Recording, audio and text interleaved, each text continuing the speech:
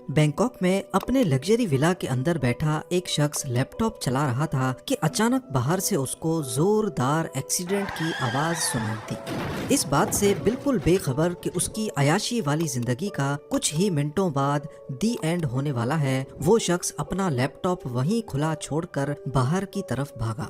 कहने को तो एक लड़की ने अपनी टोयोटा कैमरे उसके विला के गेट से जा टकराई थी, पर असल में एक नहीं, दो नहीं, बल्कि 7 मुल्कों की पुलिस इस दिन का पिछले कई सालों से इंतजार कर रही थी। ये बैंकॉक में 5 जुलाई 2017 की सुबह थी और जिस शख्स की हम बात कर रहे हैं ये कोई मामूली इंसान नहीं है। ये मल्टी मिलियनेयर बादशाहों वाली जिंदगी गुजारता था। दिन को पोर्शा, शाम को BMW और रात को लैम्बोर्गिनी चलाता था। दुनिया की नज़र में सॉफ्टवेयर डेवलपर, जबकि असल में ये किंग ऑफ डार्क वेब के नाम से पहचाना जाता था। वो शख्स जिसने सालों से अपनी आइडेंटिटी को छुपाए रखा, एक छोटी सी गलती उसका सब कुछ बहा गई। प्रॉपर्टीज, पैसा, दौलत, गाड़ियाँ और उसकी जान भी।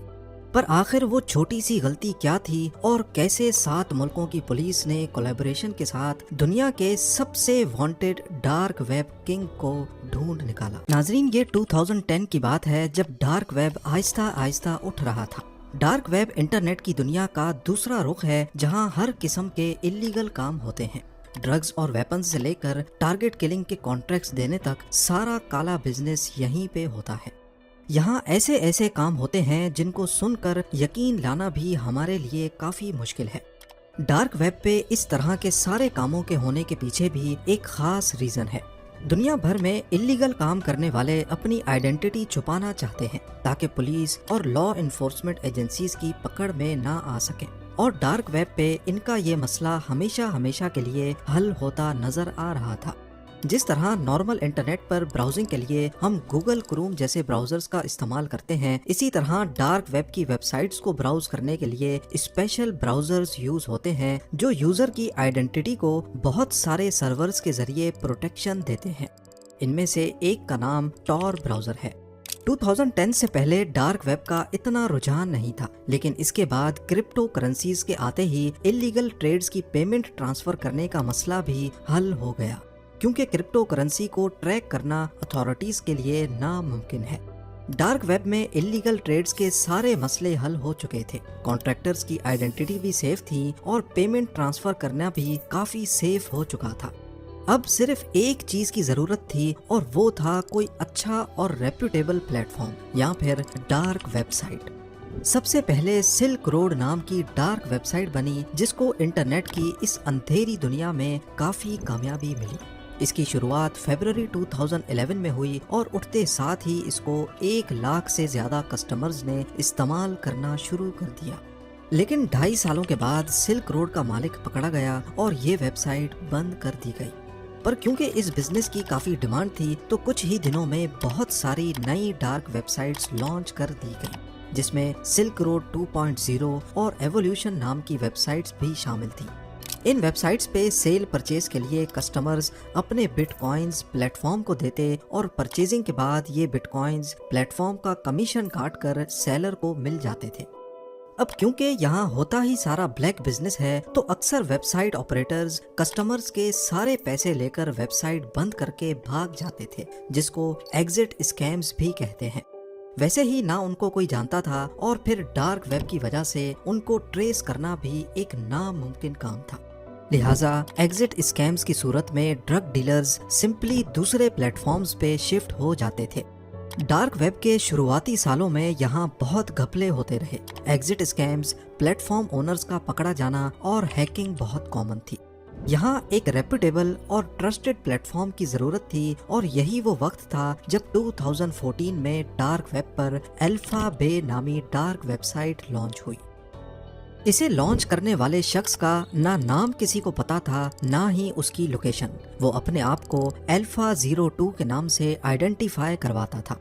शुरुआत में अल्फा बे पर सिर्फ चोरी शुदा क्रेडिट कार्ड्स की इंफॉर्मेशन बिकती थी, लेकिन बाद में यहाँ दूसरे भी प्रोडक्ट्स की सेल परचेज शुरू हो गई, जैसा कि मनी लॉन्ड्रिंग और ड्रग्स। कुछ चीजें ऐसी थीं जिनको अल्फा बे पर ट्रेड करने की परमिशन नहीं थी। चाइल्ड अब्यूज और चोरी किए गए रशियन बैंक अकाउंट्स की डिटेल्स। پر ایسا کیوں تھا؟ شاید alpha 02 Russian law enforcement agencies سے پنگا نہیں لینا چاہتا تھا، یا پھر وہ U S law enforcement agencies کو یہ دکھانا چاہتا تھا کہ وہ رشیا سے بیٹھ کر یہ چلا رہا ہے، آف کورس جہاں یو ایس کا ہولڈ نہیں ہے۔ پہلے ہی سال میں الفا بے نے ڈارک ویب پر اپنے پیر جمانا شروع کر دیے۔ ایک ہی سال میں یہاں 2 لاکھ کسٹمرز اور 40,000 سے زیادہ سیلرز اپنا بلیک بزنس سکون سے کرنے لگے۔ 2017 تک الفا بے پر 3 لاکھ سے زیادہ آئٹمز لسٹ ہو چکے تھے اور روزانہ قریب $5 لاکھ کی سیلز بھی ہونے لگی۔ الفا 02 جس کو کوئی بھی نہیں جانتا تھا، وہ ان سیل سے مہینے میں $6 لاکھ کمانے لگا اور دیکھتے ہی دیکھتے ڈارک ویب کی دنیا کا اکیلا بادشاہ بن گیا۔ الفا بے ڈارک ویب کی سب سے بڑی مارکیٹ پلیس بن چکی تھی، جس نے ڈیلرز اور کسٹمرز کے بیچ اپنا ٹرسٹ لیول بنا دیا تھا۔ اس سب کے بیچ دنیا بھر کی لا انفورسمنٹ ایجنسیز الفا 02 کی اصل پہچان جاننے کی کوششیں کر رہی تھی، پر تاحال ابھی تک ناکام رہیں۔ امریکن انویسٹیگیٹرز الفا بے کی سرور لوکیشن جاننا چاہتے تھے تاکہ ڈیٹا سینٹر پر ریڈ کر کے پلیٹ فارم بند کر دیا جائے اور شاید اس سے الفا 02 تک پہنچنے کا بھی کوئی چانس بن سکے۔ نارملی کسی بھی ویب سائٹ کی سرور لوکیشن یعنی جہاں پر ویب سائٹ ہوسٹ ہوتی ہے وہ معلوم کرنا اتنا مشکل نہیں ہوتا، لیکن ڈارک ویب سائٹ کیونکہ صرف ٹور براؤزر کے ذریعے ایکسیس ہو سکتی ہے، جو دنیا بھر کے رینڈم سرورز کے پیچھے اصل ویب سائٹ کی لوکیشن کو چھپا کر رکھتا ہے۔ یہی وجہ تھی کہ امریکن انویسٹیگیٹرز کا الفا بے تک پہنچنا ناممکن تھا، لہٰذا وہ الفا بے پر نارمل یوزر بن کر ڈرگز خریدنے لگے، اس امید میں کہ ڈرگ ڈیلر کبھی کوئی غلطی کرے تو ہم اس تک پہنچ سکیں۔ پر اس سے تو صرف ڈرگ ڈیلر پکڑا جائے گا، جبکہ اتھارٹیز کو تلاش تھی الفا بے کے ماسٹر مائنڈ الفا 02 کی، جو اس معاملے میں کافی احتیاط کر رہا تھا۔ اس کو اس اندھیری دنیا میں بچے رہنے کے سارے گڑ معلوم تھے۔ پچھلے کئی سالوں میں اس نے چھوٹی سی بھی غلطی نہیں کی جو اتھارٹیز کو کوئی اشارہ دے سکے، لیکن پھر 2017 میں اتھارٹیز کو الفا 02 تک پہنچنے کا ایک سراغ مل ہی گیا۔ ڈی ای اے یعنی ڈرگ لا انفورسمنٹ ایجنسی کے ایک آفیسر رابرٹ ملر الفا 02 کی تلاش میں کمپیوٹر کے سامنے بیٹھے تھے کہ اچانک ان کو ایک ای میل ریسیو ہوئی۔ اس ای میل میں الفا 02 کے بارے میں کچھ لکھا تھا اور ای میل بھیجنے والا کوئی نامعلوم شخص تھا۔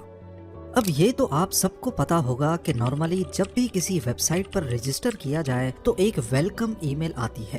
ایسی ہی ایک ویلکم ای میل الفا بے کی طرف سے اس شخص کو بھی آئی تھی جب یہ پلیٹ فارم 2014 میں نیا لانچ ہوا تھا، اور یہ ویلکم ای میل جس ای میل ایڈریس سے آئی تھی وہ یہ ایڈریس تھا۔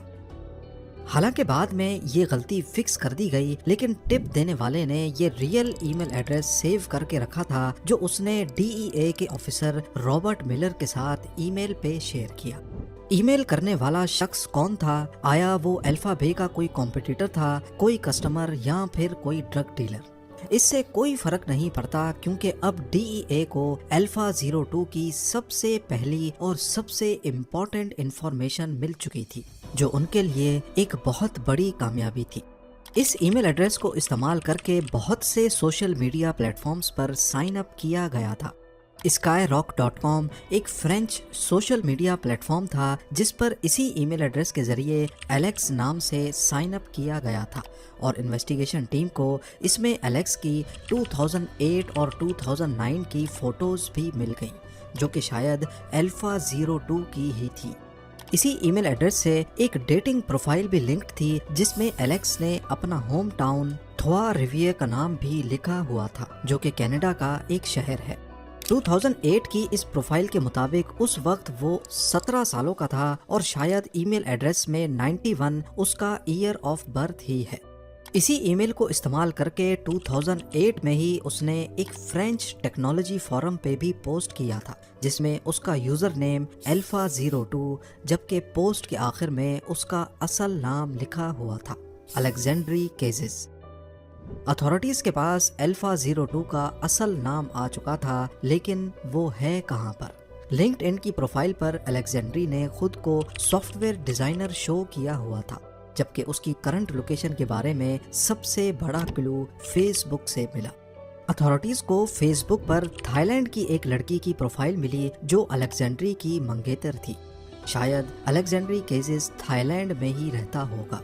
इस टिप की मदद से अमेरिकन अथॉरिटीज बैंकॉक पहुंच गईं और थाईलैंड अथॉरिटीज के साथ मिलकर उन्होंने ये मालूम कर लिया कि अलेक्जेंड्री ने बैंकॉक में कई प्रॉपर्टीज खरीद रखी हैं।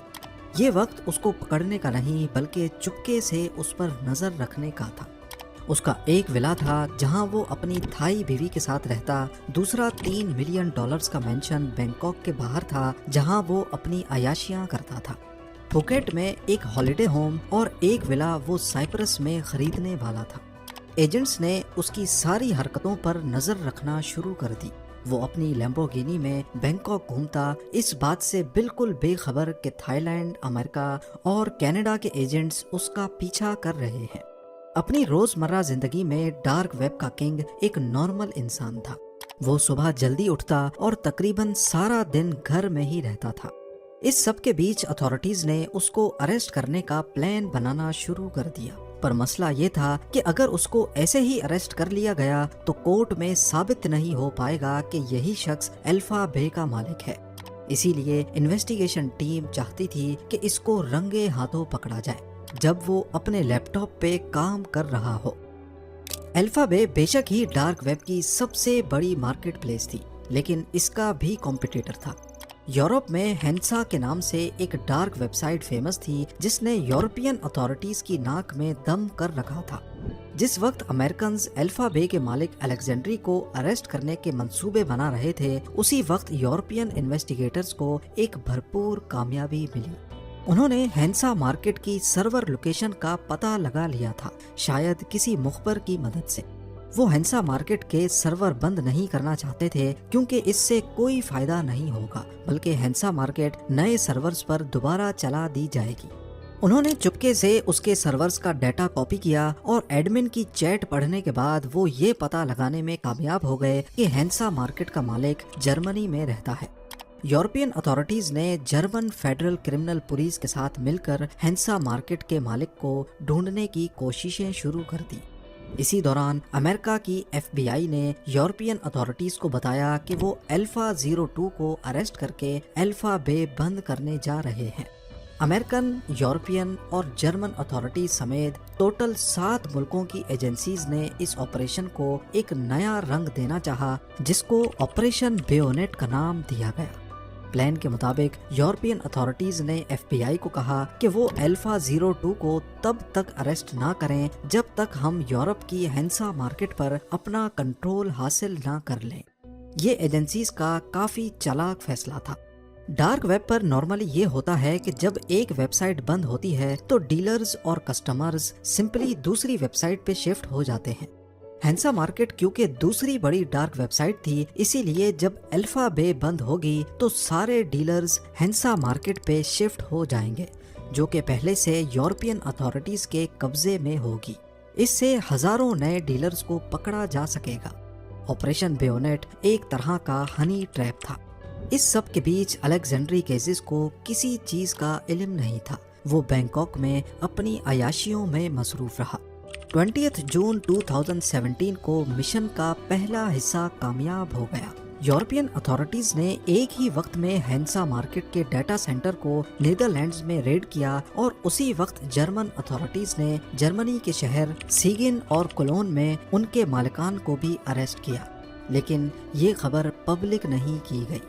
हेंसा मार्केट अब यूरोपियन अथॉरिटीज के कंट्रोल में थी और इस बात का डार्क वेब पर किसी को भी इल्म नहीं था। उधर बैंकॉक में मिशन का दूसरा पार्ट यानी अलेक्जेंड्री केजेस को अरेस्ट करने की तैयारियां शुरू हो गई।